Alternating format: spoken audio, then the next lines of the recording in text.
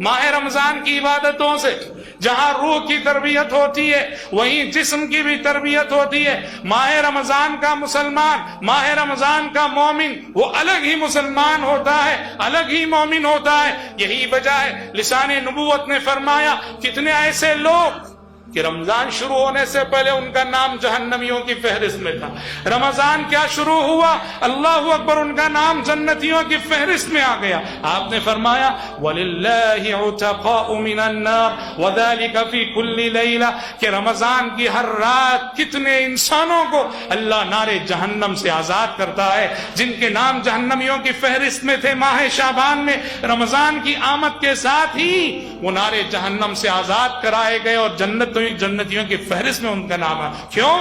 اس لیے کہ یہاں انسان بدل جاتا ہے، اندر سے بھی بدلتا ہے، باہر سے بھی بدلتا ہے، ظاہر بھی اس کا بدلتا ہے، باطن بھی اس کا بدلتا ہے، روح بھی اس کی سنورتی ہے، جسم بھی اس کا نکھرتا ہے. ماہ رمضان بیک وقت انسان کے ظاہر و باطن کو بدل کے رکھتا ہے. عبادتوں کے ذریعے سے روح کی تربیت تو ہوتی ہی ہے، عبادتوں کے ذریعے سے روح کو غذا ملتی ہی ہے.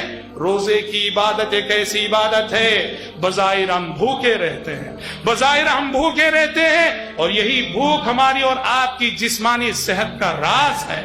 یہی بھوک یاد رکھو، ہمیشہ کھانا، پیٹ بھر کے کھانا. ڈاکٹروں سے پوچھو، میڈیکل سائنس سے پوچھو، یہ بیماریوں کا بہت بڑا سبب ہے کہ آپ اپنے معدے کو خالی نہ رکھیں.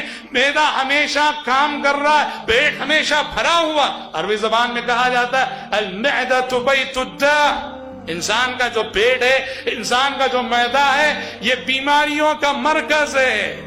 والحمیۃ اساس الدوا، اور پرہیز کرنا، خالی پیٹ رہنا یہ بنیادی دوا ہے. اس لحاظ سے حضرات جہاں عبادتوں سے ہماری روح سنورتی ہے، رمضان میں ہم جو بھوکے رہتے ہیں اللہ اکبر، وہاں ہماری جسمانی صحت بھی پرورش پاتی ہے، جسمانی اعتبار سے ہمیں نشو و نما ملتی ہے. میڈیکل سائنس کا کہنا ہے ہم جو چیزیں کھاتے ہیں پزا وزا فلاں فلاں، ان میں سے بعض چیزیں ایسی ہوتی ہیں کہ وہ پیٹ میں اور انتڑیوں میں انسان کی آنتوں میں ایسی جگہ بنا کے بیٹھتی ہیں. آج آپ نے کھایا، مہینوں تک وہ چیز آپ کی آنتوں سے لگی رہتی ہے. اس چیز کے ختم ہونے کے لیے کہتے ہیں کہ کم سے کم 16 گھنٹے پیٹ خالی رہنا ضروری ہے.